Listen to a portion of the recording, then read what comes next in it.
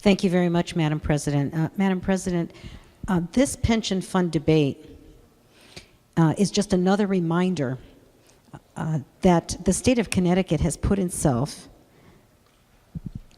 in a very bad situation. It's a reminder to Connecticut's taxpayers that instead of making the really hard decisions that we really should make right now and change the perception of businesses that Connecticut has a bright future ahead,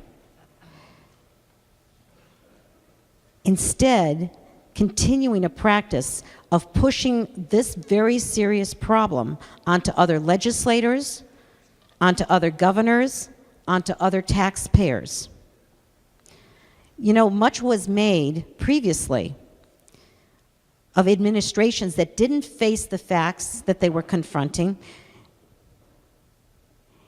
and moved the pension reform, which is really what this should all be about. They moved it out 10, 20, even 30 years. And here we are again facing what was perceived of problems of the past. And at this time, a pledge was made not to ever do this again. And yet here we are doing the very same thing. And you've heard that adage being said all the time, that insanity is doing the same thing time and again, over and over, and expecting a different result. Well, this proposal that we're looking at is missing two very important points, and this is something that has not been discussed yet today. It is presuming that by taking the rate of return on this pension fund from 8% to 6.9, or essentially 7%, we're going to make a really big difference in this state.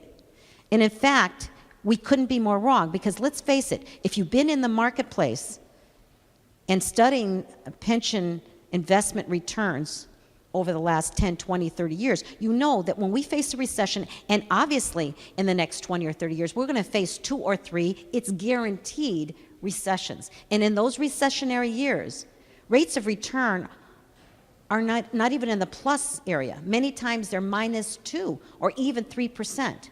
I don't see this calculation that we're looking at right now take that into consideration, to say that there will be years when you will never reach 7%. In fact, in really good years, the good years that we're having right now, getting to a 7% return is very, very difficult to do.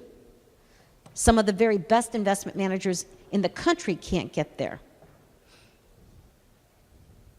Beyond that one consideration that really undermines the calculation of what we're staring at and why maybe that $11 billion cost could be substantially more,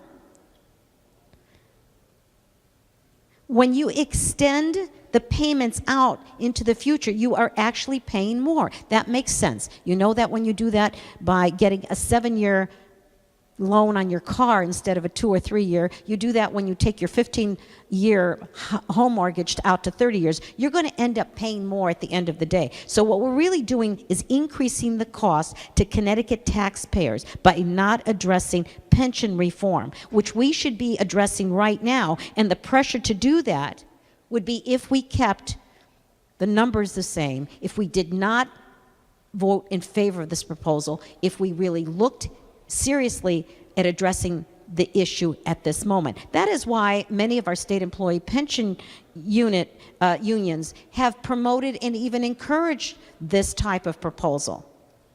Instead of cutting back where we need to, again, moving this issue to future pensioners, future employees. Quite frankly, this to me is not a stabilizing method at all. It's just making a very bad situation worse. And I'm going to repeat that. It is not stabilizing the condition, the financial condition of the state of Connecticut. It is making a bad situation much worse and adding to Connecticut's reputation as a state with fiscal problems that companies like GE and God knows, I hope not, Aetna, look at and make them consider another option than the state of Connecticut. Thank you, Madam President. Thank you.